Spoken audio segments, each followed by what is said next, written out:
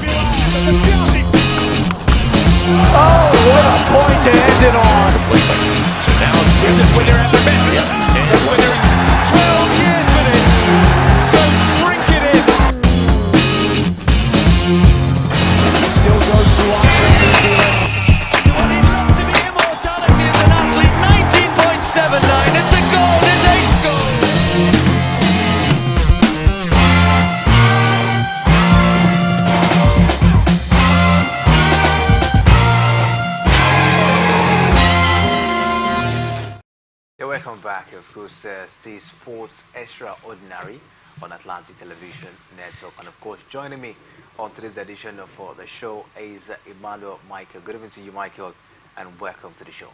Yeah, good evening, Kinsley, and good evening to our viewers out there.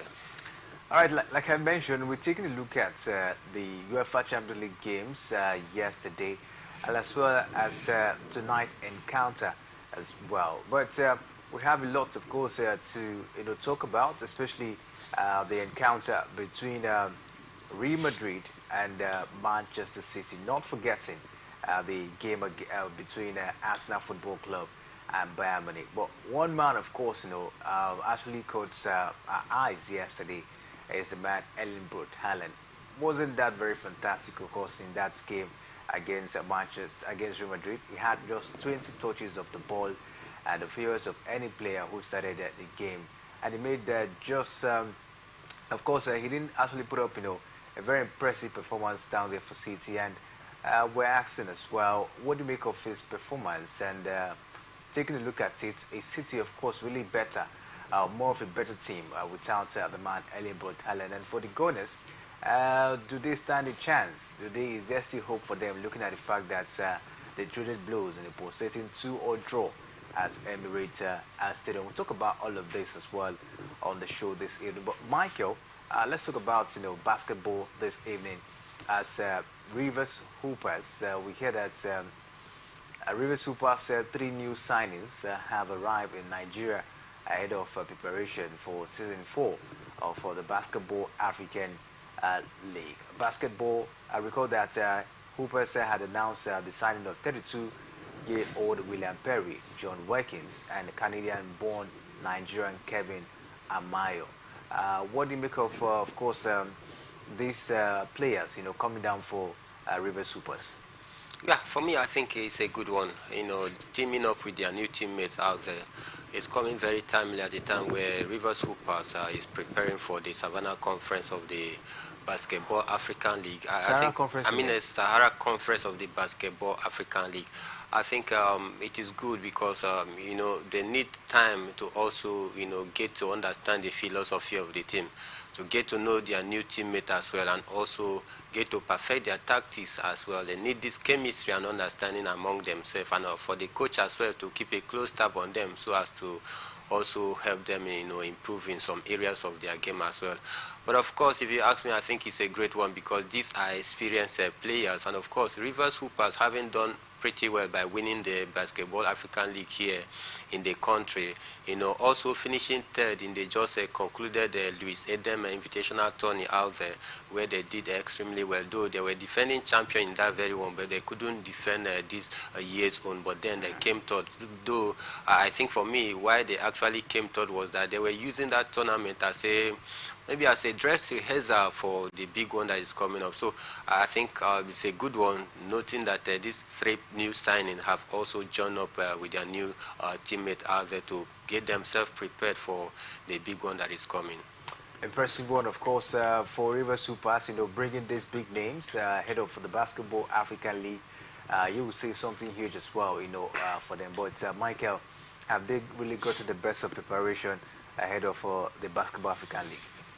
Yes, I want to say yes, because I think the invitational tourney, the Louis Edem invitational tourney, like I said earlier, was used as an dress rehearsal. It helps them to keep the players' shape as well, and it helps the coaches as well to get to perfect their games and plans and tactics out there with the team out there. Of course, you needed this kind of tournament to be able to keep the shape, the players in shape while waiting for the Basketball Africa League. Then again, I think the arrival of these new players will also help them to start preparation in earnest, to start camping, early, so that they can be able to gel and get to understand themselves, pretty well as well before heading for the Basketball African League.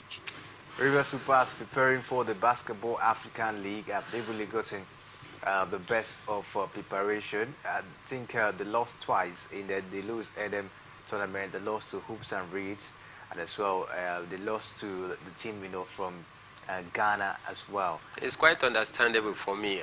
They lost. In those kind of invitational tourney, don't get to stretch yourself to the limit, because some of the players, they are trying to avoid injury because they are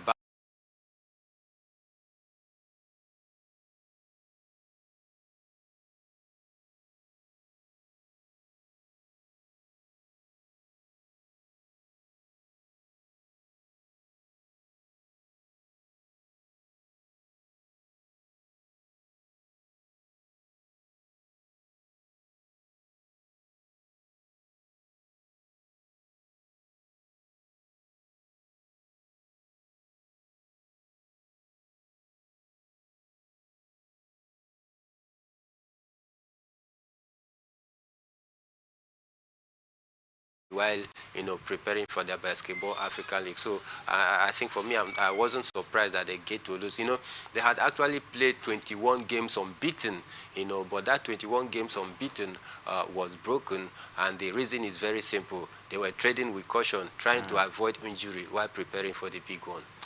All right, so let's see how it goes for River Supers. Can they go all the way in classing the likes of US Monassia, APRO, AS Donaire in the Basketball African League? That's going to be, of course, the big question in the coming days when, of course, they go lock-ons, of course, over this team in the Basketball African League. But let's stay away from Rivers Hoopers. And before we actually stay away from Rivers Hoopers, do you think Rivers Supers, they've actually been given the necessary support? Because going down to the Basketball African League, they're not only representing River State, they are representing they are representing Nigeria, down there, of course, as a country in Africa. Do you think they've gotten the necessary support? Have they gotten the necessary support from the NBBF as well as the River State government, or even the Sport Ministry as well? Yeah, for me, I think so, because if they hadn't gotten the necessary support, at least by now, we should be hearing about complaints here and there. Just like you said, they are not just representing River State alone. They are flying the flag of the country, and of course, you expect the Ministry of Sports, and as well the River State government as well to also come very timely to give them the necessary support. And if they are being given any necessary support out there, they don't just necessarily come to the media to blow it out there. Maybe they are doing it underground, who knows.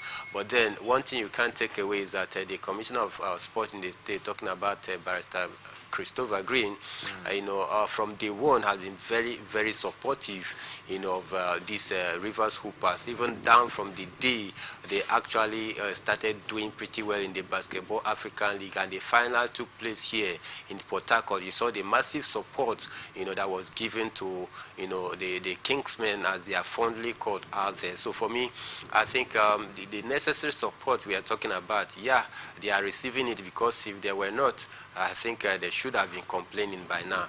Then again, the Ministry of Sport and the Nigerian Basketball Association as well need to also do their own part by making sure that they also support the Rivers Hoopers as well, knowing fully well they are not just representing Rivers State, but they are also representing the countries at large. All right, let's keep our fingers crossed. All eyes on Rivers Hoopers, the Basketball African League. How far can they go? This is going to be their second outing at the Basketball African League. The second time, it's going to be, yes, actually their third time, but the second time they couldn't participate due to some issues down here in the basketball in Nigeria. And getting this time around, they've getting the qualification this time around. It's going to be the third time, of course, they will qualifying, and this is going to be their second, outing, in the tournament. But for what we've seen so far, they really prepared. We'll just keep our fingers crossed and see how they'll be able to, of course, play against the likes of US Monastir, APR, AS Tonnerre, of course, Senegal. Let's see how far, of course, they will go this time around. The last time we saw a Nigerian team in the Basketball Africa League was Kora Falcons, and they were beaten mercilessly. They couldn't win any of the 3 games they played down there. Hope that won't be the same for Rivers Hoopers this time around. But Michael, let's stay away from basketball as we'll take a look at what the Super Falcons did yesterday in Pretoria, Pretoria down there in South Africa. It ended goalless in that encounter. Talking about the second leg of the Paris Olympic qualifiers, it ended goalless down there in Pretoria, and the Super Falcons, of course, were able to skate through, of course, a home victory down here in Nigeria. What do you make of the victory for the Super Falcons of Nigeria? I think for me it was a sweet victory. That jinx of 16 years was broken because the last time that the Super Falcons took part in the Olympic game dated back in 2008. 2008 down to this year, 2024, I think that is 16 years, down the line that we haven't made it to the Olympic. And as a footballing nation and one who professes to be the giant of Africa, when you talk about women football, I think it would have been disastrous if we don't make it to the Olympic game this year after 16 years absence. So I think it was a sweet victory, though the girls gave out their all out there in South Africa to ensure that we clinch that ticket out there. But then we have to also single out Chiamaka Nnadozie for praises because she put up a yeoman's job yesterday. She made 5 clean saves out there that would have been to the advantage of the Banyana of South Africa. But then she was able to hold her own very firm, thereby giving us that ticket. And for me, I think it also shows the fact that the players were very, very eager to also be at the Olympic, because many of these players, haven't been to the Olympic, and of course that is one of the motivating factors that actually propelled them, to be able to hold their own very well. And of course, Paris is one of the beautiful cities across the globe that if anybody want to be there, hearing that it is Paris already, I think most of these players will be very, very, happy to be there at the Paris out there, which is one of the beautiful cities across the globe. So, for me, it was a great job from the Super Falcons. And again, I think our defense as well was very, very solid, and that is what actually gave us the upper hand. How hard we fought to manage that long goal victory here in the first leg, and we thought maybe the way Ellis, the South African coach, was talking very tough, it's not going to be an easy one for us. But then the Super Falcons proved once more that indeed they're the giants of Africa in terms of female football. I think for me it's a big, big congratulations to them, and a win-win situation for the country at large. Big congratulations to the Super Falcons of Nigeria for, of course, picking the tickets for the Paris Olympics that will be coming up this year. And the coach of the side, Round the Wardrobe, of course, was very, very happy with the performance of the girls. But what do you make of Coach Round the Wardrobe? He stayed so far in the team. I think he spent, let's say, up to 3-4 years now, but no title to be recorded, in his name. Yeah, 3 years down the line, no title to be recorded in his name. But have we actually seen any level of improvement in the team without the trophy? Of course, yes, we have. Because you saw the exploits we did at the just concluded Women World Cup out there, where Super Falcons were pegged alongside some of the toughest and biggest team in the world of women football out there. But then, we went out there and hold our own. We displayed magnificent show out there. If not for, maybe lackluster performance in the round of 16 against England,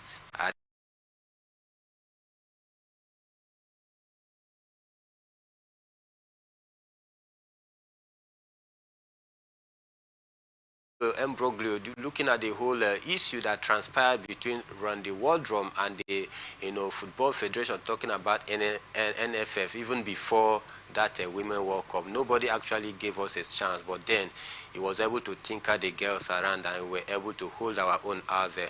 Now, have we truly improved in any area football-wise since Randy Waldrum came on board? Of course, yes. These things is not rocket science. You don't just expect him to start racking up a trophy. You need to build a team. And for me, if you ask me, building a team is very, very necessary. The trophy might not come immediately as we expected, but then looking at the future, can we be hopeful with the kind of team that he's building? Of course, yes, we are very hopeful. So for me, I'm not bothered, I'm not deterred by the fact that he hasn't, won any trophy to show for his incredible job. But then I knew that in the near future, that trophy must definitely come. In the near future, would the NFL be patient with him? Because a lot, of course, is expected from him, especially in this Paris Olympic. And the Super Falcons of Nigeria, it's been a long time we saw them miss the Women African Cup of Nations title, but under Rodrum, they lost it to, I think, South Africa. We saw them at the World Cup as well. A very impressive outing, but at the end of the day, nothing to bring back home. The Aisha Buhari Cup as well was also another tournament we saw them, but they couldn't also lay their hands on that particular one. And now this is the Paris Olympics as well, which of course, you take a look at the pairings, of course, for the Super Falcons of Nigeria. They were playing against tough side in this particular one. They're in Group C. They were playing against Brazil. They were playing against Japan and Spain. Can Randy Waldrum grant that a better result or a very good performance, in this particular one? Sure. Looking at the past result, I think he can. He can grant out a good result out there in the Paris Olympic game. I think for me, very soon, Nigerians will be tired of result. What they would then need now is title because it's the Super Falcons. Yeah, the Super Falcons, Yes. what they need is title to cap up the good, job. But then, like I said earlier, we need to be very, very patient with him to be able to build a team that can last the test of time. Because for me, I will prefer, giving him time to build a team that is going to, stand the test of time, other than the fire brigade approach of just assembling players and with one aim of just go out there and win a trophy and come back, and at the end of it all, the team will have no future. Which will you prefer?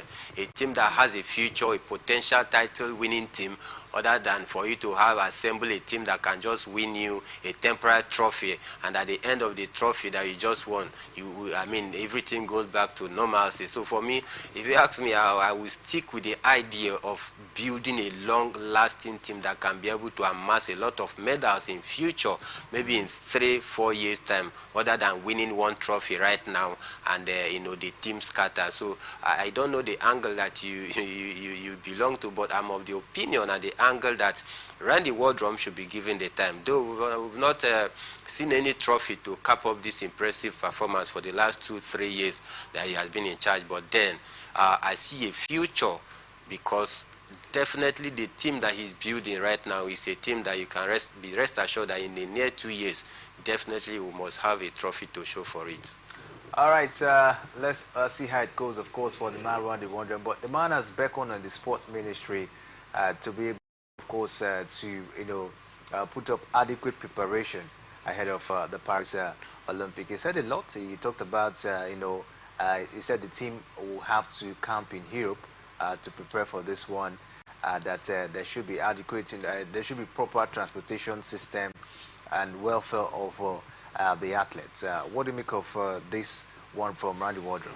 I think these things are necessary. For Randy Wardrum to make such a bold statement, it tells you of a man who wants the success of the national female team of the country. And it also tells you that Randy Wardrum is also a coach that truly understands the system, how the system here works. Because if it doesn't come to make this demand and appeal, then they might take it for granted and will wait until the last minute before we start the fire brigade approach, which does not always augur well with us. So I think he's right on point, spot on. We need to start preparation in time. We need to calm the girls in Europe. We need to also take care of their welfare. We need to also take a look at some of the logistics, that should be put in place, prior to the Olympic Games, so as to ensure a successful outing.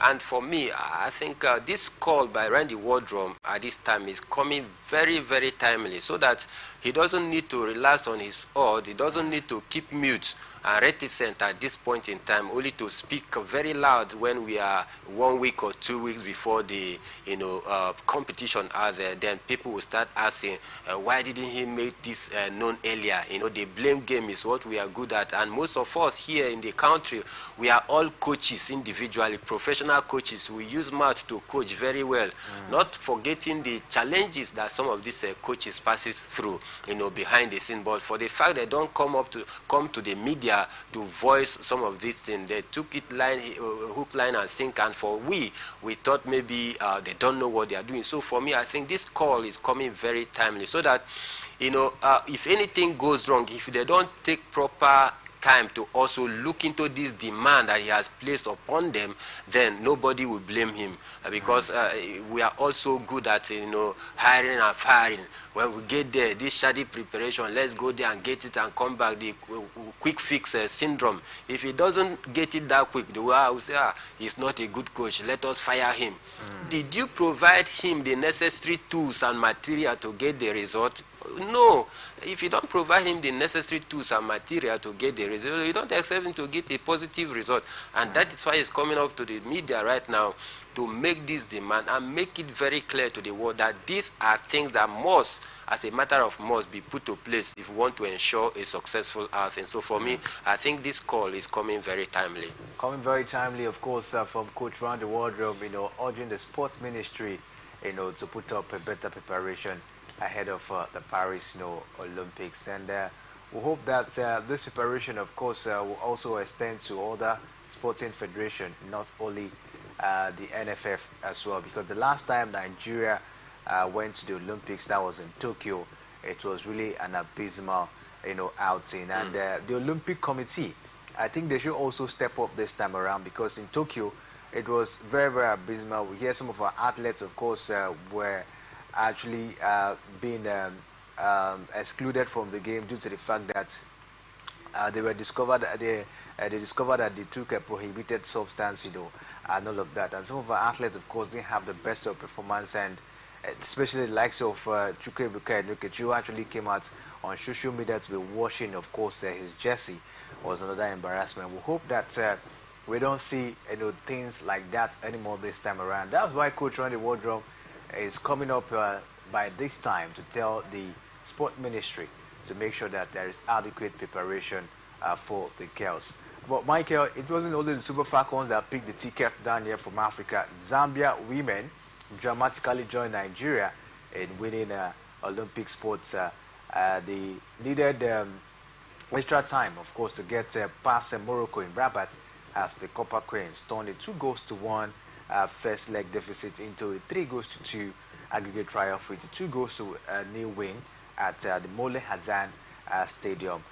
Michael, what do you make of the Copper Queens, getting past Morocco to pick the ticket for the Paris Olympic Games? I think it's a good one for the Zambians, a nice one. But can they be able to represent the continent of Africa very well? Not just going there to answer present and they come back with an embarrassment. Because looking at the group that they find themselves, they are in another very tough group, a group of deaths, you may want to say, just like the Super Falcons as well. They will play in Group B, and they'll be looking us against United States, Germany, and Australia as well. Yeah, and France is in that group.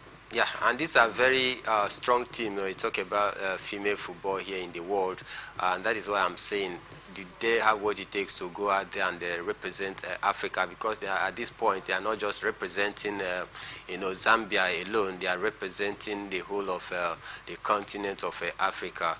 And for me, I think if they have, also scaled through and getting one of the ticket, it also tells you that they have what it takes to also, be able to hold their own. Because for any team to have qualified to pass all these hurdles and make it through to get one of the tickets ahead of some big teams like the Black Stars of Ghana, Egyptian, even the Cameroonian. We have some great Algeria as well. They are a very good, women footballing nation as well. But if they were able to maneuver all these teams and get their way in by clinching one of the two tickets out of the continent of Africa, it tells indeed that they have the quality as well. Let's hope that they are going to go out there and do the continent of Africa proud. Of course, so we saw captain and Orlando Pirates striker Barbara Banda, open the scoring for Zambia in the 38th minute and secured the ticket to the Olympics when she converted the penalty in the 105 minutes. Of course, in that particular encounter was such an impressive one for the Zambians. Looking once against France, the United States will make a jump in Australia. So winners targets, of course, as a group of death for them. We'll see if the Zambians, of course, will be able to get past these teams at the end of the day. All right, Michael, let's move on as we hear that the Federation of International Football Association has announced the appointment of match officials for football events for the 2024 Olympic Games. And FIFA listed 12 match officials from Africa, with none from Nigeria making the cuts. The African referees for the tournament include Beda Dehene from Mauritania, Mahmoud Ali from Sudan, and Kabibu Bukari from Morocco. Meanwhile, assistant referees for Africa include Ahmed Liban from Djibouti, Chikuta Tesha from Ghana, from Zambia, and Jeremoni Fatia from Morocco, and Evans from Cameroon, Santos Chelsea, Emiliano dos Santos Dos from Angola, and Yemba Steven from Kenya. In the video match officials category, Asho Mahmoud from Egypt and Ben Braham Lalu from Algeria were selected as well. Additionally, Nabada Shimaro from Uganda will provide support as part of the match officials. Michael, no Nigerian official was selected in this particular one, but we're seeing officials being selected from a country like Djibouti, Sudan, and the rest of them, and we don't have any from Nigeria. Even countries like Mauritania as well. If you ask me, am I surprised? No. Not at all. I'm not surprised, because looking at the shame and sham that we've often seen in the Nigerian Premier Football League, where referees sometimes induce some of the game and make the game very, very uninteresting by the kind of calls controversially that they do make out there. One will say, yes, I'm not surprised. Just a few weeks ago, we saw a certain professional game here in the country where a player single-handedly, deliberately carried the ball with his two hands as though he was playing basketball. Volleyball. Volleyball. Because the ball was coming on the air. Okay, and slam it inside the net. Guess what? The center referee pointed to the center box that they should go and pass their ball. So what do you expect? Do you expect such referee to be picked for FIFA organized competition? This is not the first time we are hearing it. This season alone in the NPFL, about 14 to 15 referees have already been suspended because of wrong or poor officiating here and there. And these are some of the things that Refereeing Association of Nigeria must also look into, because it's an embarrassment. If we are having countries like Djibouti, Mauritania being picked, Sudan, as a referee, as part and parcel of officials to take part in the coming Olympic Games, we don't have a single Nigerian referee or official to be part and parcel of it. It's the embarrassment of the highest order, and it's a shame to the Refereeing Association of Nigeria. This calls for them to also sit up and also take a look at what they need to do. And again, another disadvantage is that earlier this year, just after the African Cup of Nations, CAF made it very clear that in due time, if any league here does not deploy the use of video assistant referee, yes, there will stand no chance of officiating. Because this game has gone technology. And you need to get yourself abreast with the little technological improvement that have come to also aid the game. How many of our league here uses VAR? Are we even planning of it? Of course, yes. We had in the time past some few months ago, that they are planning of it. They are just still planning. So for me, I think I'm not surprised that no any Nigerian ref, even in CAF organized competition, they just concluded the African Cup of Nations here in Ivory Coast. How many Nigerian refs took part in it? Not even one. The Referee Association of Nigeria, they were very, very sad about it. But is it enough to be sad about it? Is it enough to come to the media to lament about it? No, of course, it's not good enough. What do they need to do? They need to go back to the drawing board and start doing the basics and start showing transparency and start showing professionalism when a duty is entrusted to them, because you think that you are officiating any game here in the Nigeria Professional League, you think that nobody sees you. You think that FIFA, the eagle eyes of FIFA officials is not watching you. You think that CAF officials, they are not monitoring you. They do. And that is the reason why we are not being picked. And for me, like I said, it's a slap on our face for such footballing country such as Nigeria. Not even any organized competition here in CAF, we are not selected, not to talk of FIFA organized competition. So for me, I think this one will serve as a wake-up call for the Refereeing Association of Nigeria to do the needful.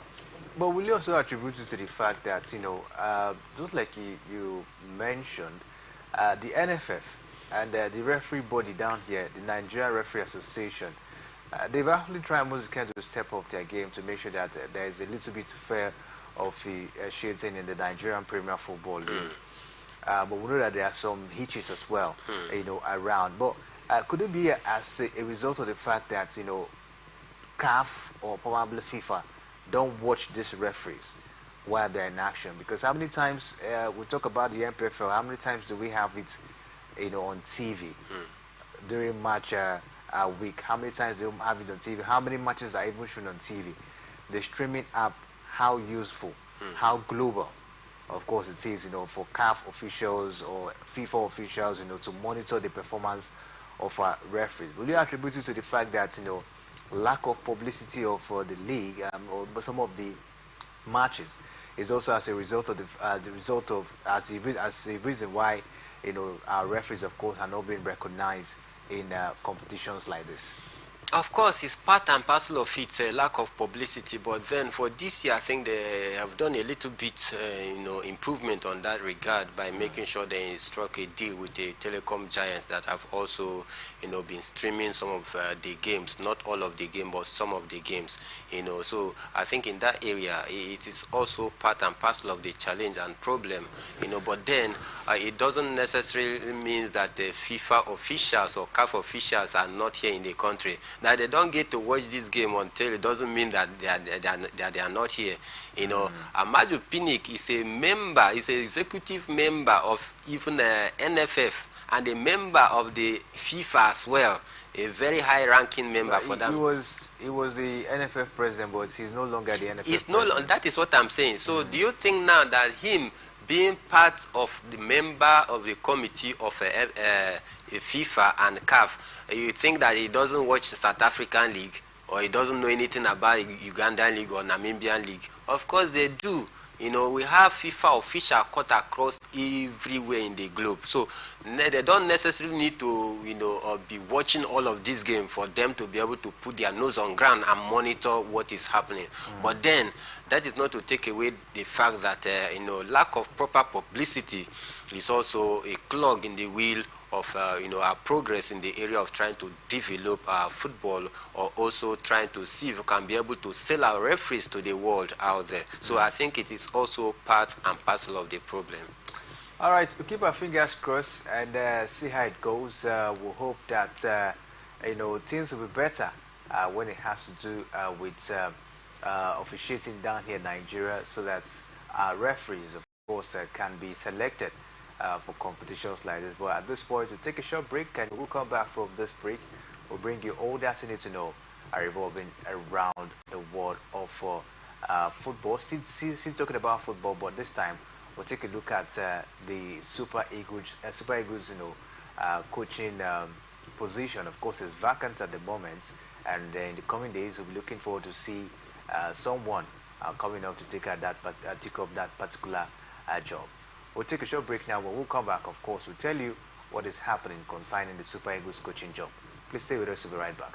From the line across the ocean to the land beyond the mountains, through the Sahara, we bring on sport news, live analysis, expert discussions on trending stories in politics, business, socio-economy, sports, and documentaries. So catch all the updates on the happenings around the globe. Stay focused on the fact today, only around 8 a.m.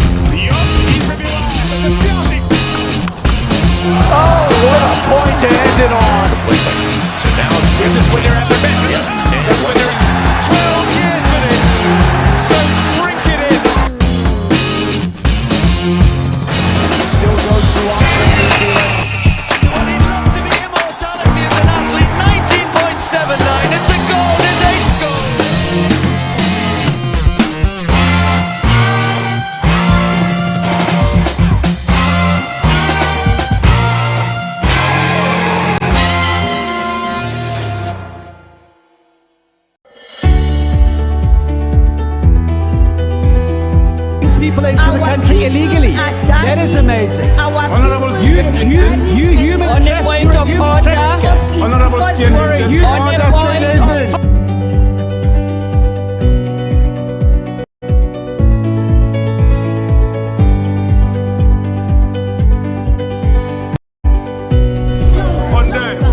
They are not picking our calls. They made up So no agreement with the EU, but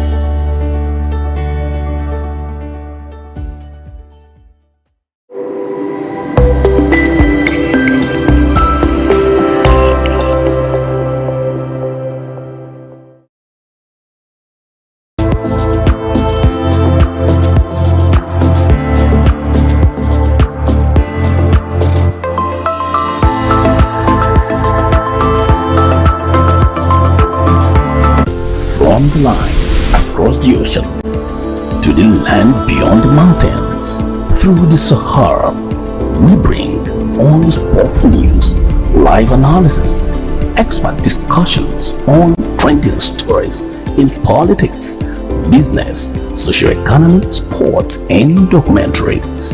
So catch all the updates on the happenings around the globe. Stay focused on the fact today, only around 8 a.m.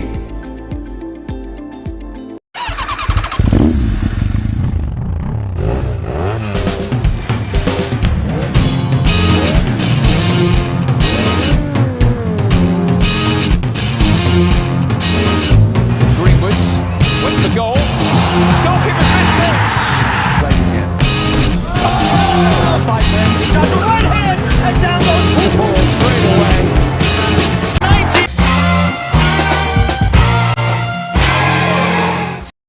back see Sport Extraordinary on Atlantic Television Network. And of course, we told you, well, we're taking a look at the situation of things as it concerns the Super Eagles coaching job.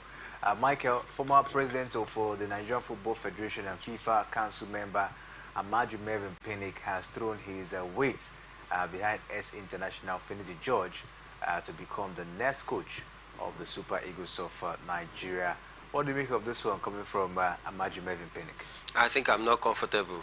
I'm not comfortable with this. It should allow the NFF to also scrutinize some of the applicants that have also tendered the application for the job, the vacant job of the Super Eagles, to be able to also screen, these coaches and look for a proper coach that will fit the Super Eagles right now. Because at this crucial stage where we are preparing for the World Cup qualifying games and even the African Cup of Nations qualifying games, we don't need to take in a rookie coach who cannot be able to get us the ticket, because for me it would be very, very disastrous and very, very disappointing to football followers here in the country and across, if the Super Eagles don't get to also qualify for the, coming World Cup as well. Not forgetting, how painful it was that we couldn't qualify for the last one out here in our own backyard, where Ghana actually stabbed a dagger in our heart, courtesy of that goal scored by, Thomas Partey. So I think this is not the time for us to start politicking on who become the, national team coach. The last coach that was given to us, Amaju Mervin Pinnick, also had a very strong hand, into bringing him. Now he want to also, be very, very influential on whom become the national team coach. I think for me, I'm not comfortable. This godfatherism of trying to bring in someone who will be replacing another in a very key position, I think is not working out. We saw what happened to Manchester United when the era of Sir Alex Ferguson is about elapsing. He brought in a certain David Moyes and then named him the chosen one. He came, he saw, but he couldn't conquer. He left disgracefully, churn out bad result for Manchester United. Ever since then, Manchester United seems not to have gotten it right till today, because a certain man, Sir Alex Ferguson, actually played a vital role into who become the coach of Manchester United. Amaju Mervin Pinnick, the last coach that we had, he played a very vital role. And what happened at the end? He came, he saw, but he couldn't conquer. Now he's also pushing the button for Finidi George to, become the substantive coach of the Super Eagles. I think for me, Finidi George does not have the charisma. He doesn't have what it takes for the now to be able to handle the national team coach. We should not sacrifice the area of a very sensitive issue under the altar of sentiment and, whatever. The Super Eagles job is not one that we can toy with, because the happiness of majority of Nigerians is wrapped around the performance of the Super Eagles. You saw their exploit in the just concluded African Cup of Nations. We are passing a whole lot of challenges economically here, but within the period while the AFCON was ongoing and the Super Eagles continued to get positive results, you saw the joy and happiness in the faces of Nigeria. Sometimes we forget the economical woes that we are passing through because of the joy and happiness that the Super Eagles bring to us while they were performing very well in the African Cup of Nations. How do you think Nigerians will feel if we bring in a coach that cannot take us to the World Cup? It's going to add to the sorrow that people are passing through right now in the country. So I think for me, he should hands off his hand from who become the coach of the Super Eagles. Let us do a proper check, a thorough check, and search for a coach that is credible enough that can be able to get us the ticket. All right, let's keep our fingers crossed and see how it goes. Amaju, of course, actually giving credit to Finidi, saying that of course he's the right man for the job. But let's keep our fingers crossed and see what will be the decision of the NFF. Michael, let's talk about the Champions League. Yesterday, we saw a 6-goal Champions League thriller between Real Madrid and Manchester City. What do you make of that encounter yesterday? It was an impressive game, one that actually lived up to the billings. He lived up to the hype of the game. I think it was an impressive display. We saw a lot of fireworks, a lot of maneuvering, a lot of good skills out there being shown by the footballers out there. I think Manchester City, they have proven once more that indeed they are becoming a powerhouse in the world of football, especially when you talk about club football. Since the era or the advent of Pep Guardiola, I think Manchester City have won a different identity from what it used to be in time past. I think Manchester City now is being feared all over the world. If you are facing up against a certain citizen right now, you need to think twice, because definitely you know that you are going to have a handful of problems to deal with when you are facing Manchester City. But then again, going to Bernabeu, where Madrid, who is one of the most successful teams when you talk about the history of the Champions League, having won it 14 good times with a coach who has also won the Champions League both as a player, both as a coach, one who has a lot of experience. I think for me it was an impressive display from Manchester City point of view, going away out there, away from home, to get to get a very valuable point. Scoring 3 goals is no mean feat. I think we need to give them their flowers. But then Madrid as well, they also gave a good account of themselves, conceding early as 2 minutes into that game, but within 14 minutes they were able to turn it around. 2-1. Madrid took the lead, but then they couldn't hold on as they allowed Manchester City to come back into the game in the second half. And at the end of it all, to cut the whole story short, was that they shared the spoil. But one thing worthy of note was Erling Braut Haaland, who could not, he wasn't very excellent in that game, if I must put it that way, because as a marksman, you expected him to also shoulder the burden of this goal scoring, for Manchester City. But he barely, showed in that game. I barely noticed that a player such as Haaland was on the pitch for complete 90 minutes plus. But then, I think generally it was a good display, a good football that we saw yesterday. But then, I think the second leg promises to be more intriguing. All right, let's keep our fingers crossed and see how it goes. We saw Arsenal and Bayern Munich, traded blows in the pulsating 2-2 draw at the Emirates Stadium to leave their Champions League quarterfinal finally posed ahead of next week's second leg. And a lot of questions at this point, Michael. Arsenal, is there still hope for them, in the second leg of the Champions League against Bayern? Well, there is still hope. There is still light at the end of the tunnel for them. This is football. I just believe they still have some bullets in their gun that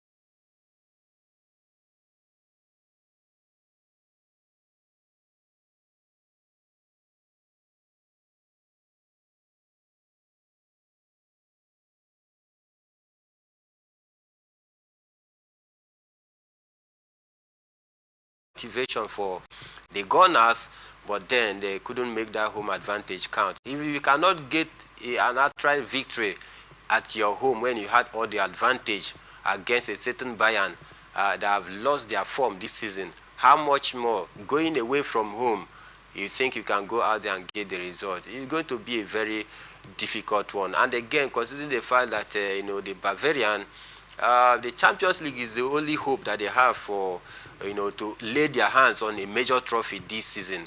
I think it's going to be a very, very difficult one for us now. Very difficult one for us now. We'll keep our fingers crossed and see how difficult it will be for us now.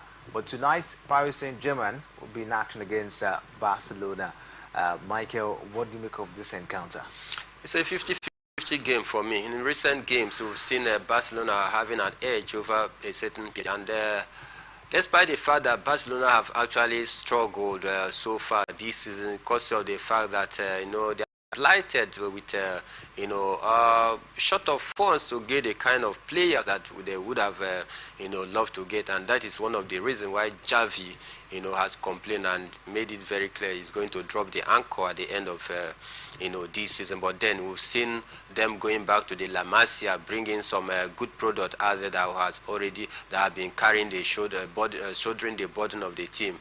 Players like Yamin Lamar, a young kid doing pretty well as well, an experienced striker in Lewandowski, Gundogan, also an experienced player, a blend of youthfulness and that of experience. I think it's going to be a very, very tough game for PSG, though they'll be playing at home, no doubt. The home crowd as well is an advantage for them, but then I don't see PSG, taking an outright victory. So I'm going for a draw.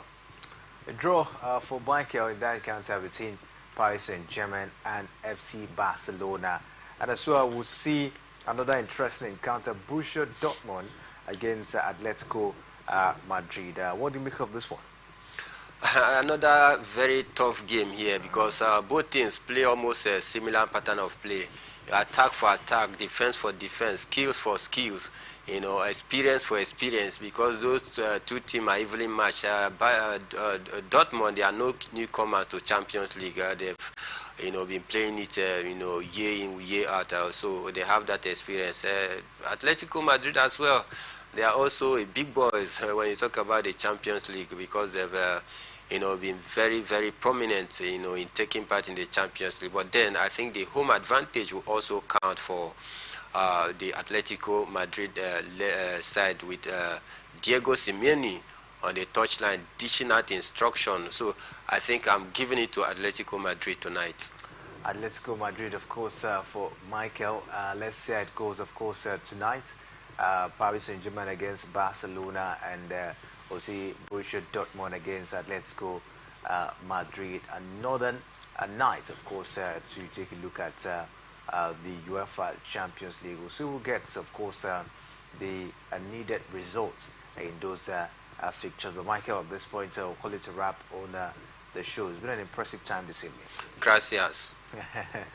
Thank you very much for that one. But we'll be back tomorrow, 7 a.m. Of course, is the time for Sports Talk, and of course, we'll be bringing you all that you need to know revolving around the world of sports. My name is Kinsley Manuel. Thanks for watching.